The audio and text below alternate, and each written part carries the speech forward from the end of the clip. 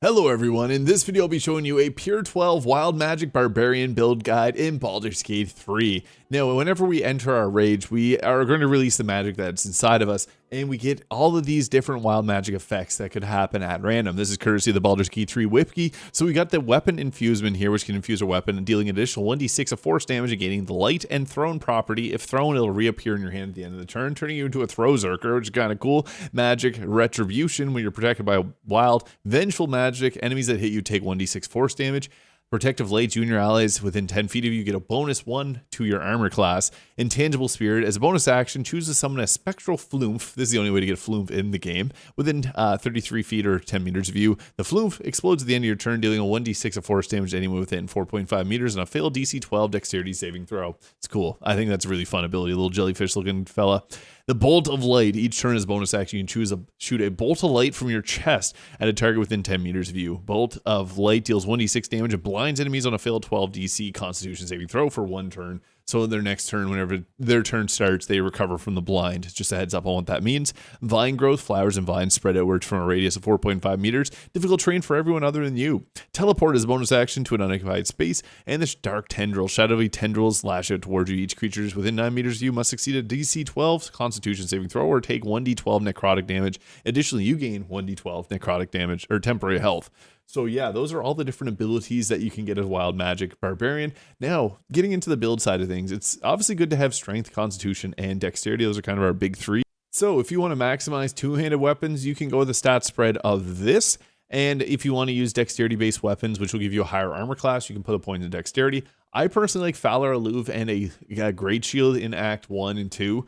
So I personally go with more Dexterity, but you can go with the higher Strength. If you want, you can also use a Strength Potion. That's another option, but this would be the ideal stat spread. And otherwise, going 16 Dex, 14 Strength otherwise. And if you're going to dump Strength, you put those points into Wisdom, but we'll roll with a stat spread of that. Level 2 gives us Danger Sense, advantage of Dexterity saving throws against trap spells and surfaces, so fireballs less likely to hit us. And we also get the Reckless Attack here, advantage on attack rolls. That's really useful for getting us to be able to land shots early game.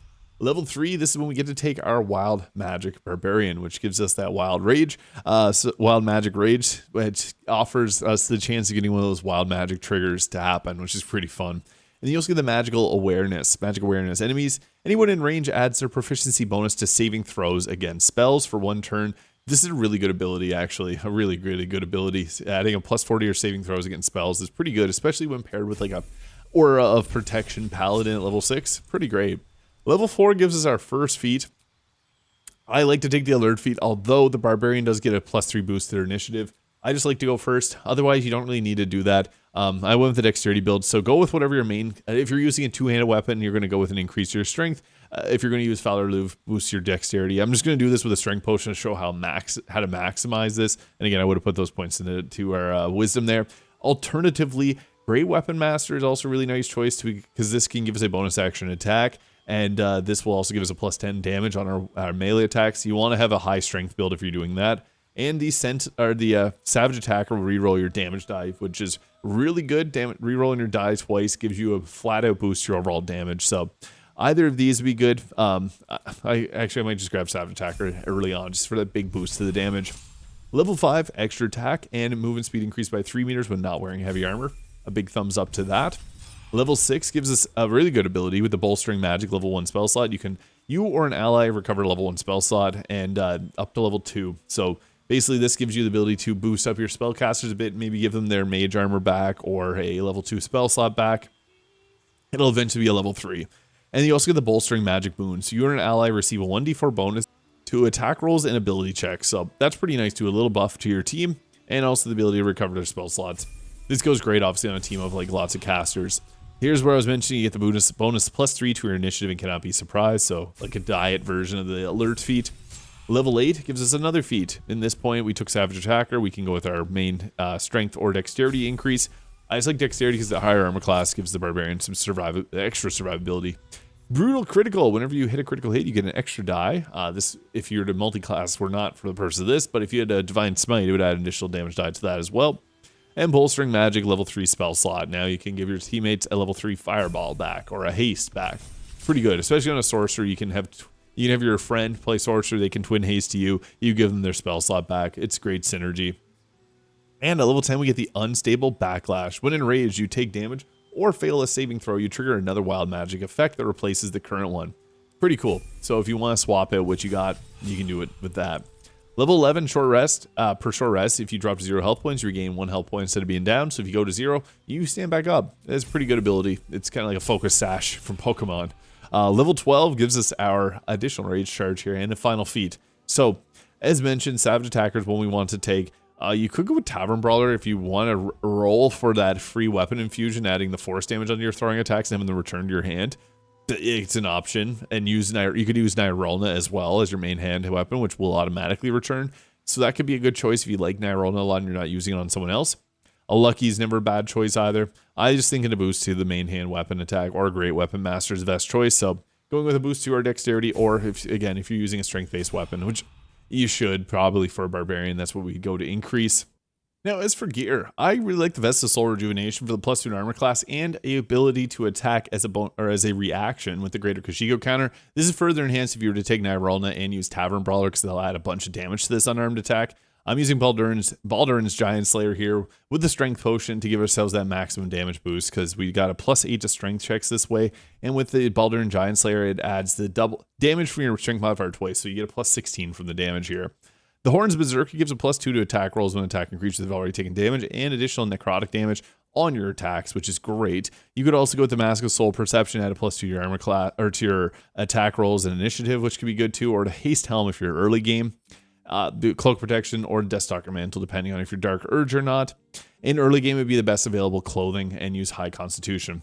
Now, the Bracer Defense Act 1 item is really good. You gain +2 to armor class as long as you're not wearing armor or holding a shield. That's great because we're not doing that with the Baldur's Giant Slayer. So if you're using a shield, like mentioned earlier, you could go with something like, you could go with the Gloves of Dexterity and Dump Dex. That's actually a really good option for early game choice. And if you wanted to, you could even go with some other the clothing options. Late game, Helldust Gloves would work well.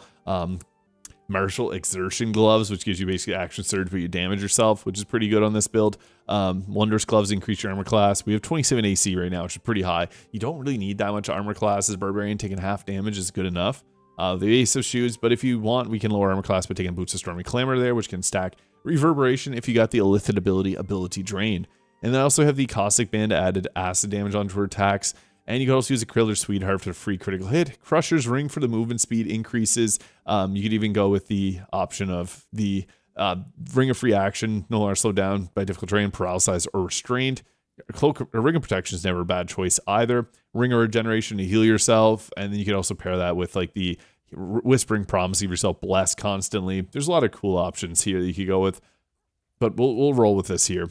I also got the Hell Rider Longbow for the +3 to our initiative there. We're going first, pretty much guaranteed. And Baldur's Giant Slayer. You can use Fowler Louvre and a Longsword early game, or really you can use a Returning Pike and Tavern Brawler early game. There's lots of great options, just preferred weapon. Even the Flame Sword, the Everburn Blade, you could roll with that. And for our first turn in combat, we want to go into our Wild Magic Rage to get that special ability. So we'll go ahead with that. Roar. And what's our magical ability going to be this time? When until the end of your rage, your magic lashes out whenever you take damage at hitting your attackers in retaliation. That's a pretty good one. Dealing a 1d6 force damage every time we get attacked is nice. So that's only on enemies that hit us. If an enemy misses us, we can actually use a unarmed strike against them. So we're always going to be dealing damage to enemies now. Pretty cool combination. Now, you can also use the giant form from the Baldur's Giant Slayer as well, which gives you additional damage on your attacks. I probably should have done that before going into combat. But we want to go in, obviously attacking. We have really damaging attacks with our high strength from the strength potions. And now we got advantage, turn invisible from the Deathstalker Mantle. Yeah, you can get your armor class up really high. The Barbarian really is all about just attacking, basically. Just go run around and attack. We rolled a critical miss here, and this is where Reckless Attack actually comes in handy, because that turned it into a hit, and we applied Reverberation on the enemy. And we'll take them out with a second hit here. Perfect. And yeah, that was a pretty effective turn. We used up the, I guess, Reckless Attack there, but that was worth it to make sure that we landed our shot.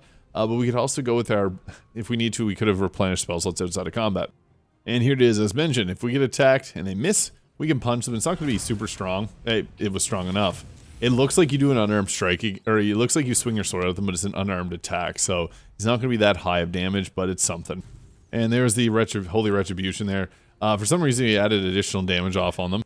Oh, I guess it's from the Horns of Berserker, adding the additional 2 necrotic damage. It's kind of funny it works with that ability. And we got commanded. Great.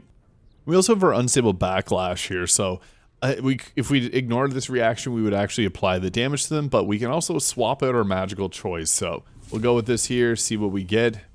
Protective Light, so that just gave a +1 armor class bonus to our team nearby. So until the end of Barbarian's rage, the Barbarian and any allies get a +1 bonus to armor class, and that bonus has to be within 3 meters, which is extremely close. You're likely not going to get that, but back to our turn here. So Topple the Big Folk actually gives us a big boost to our damage. Didn't need to use it against him. We were going to take him out regardless.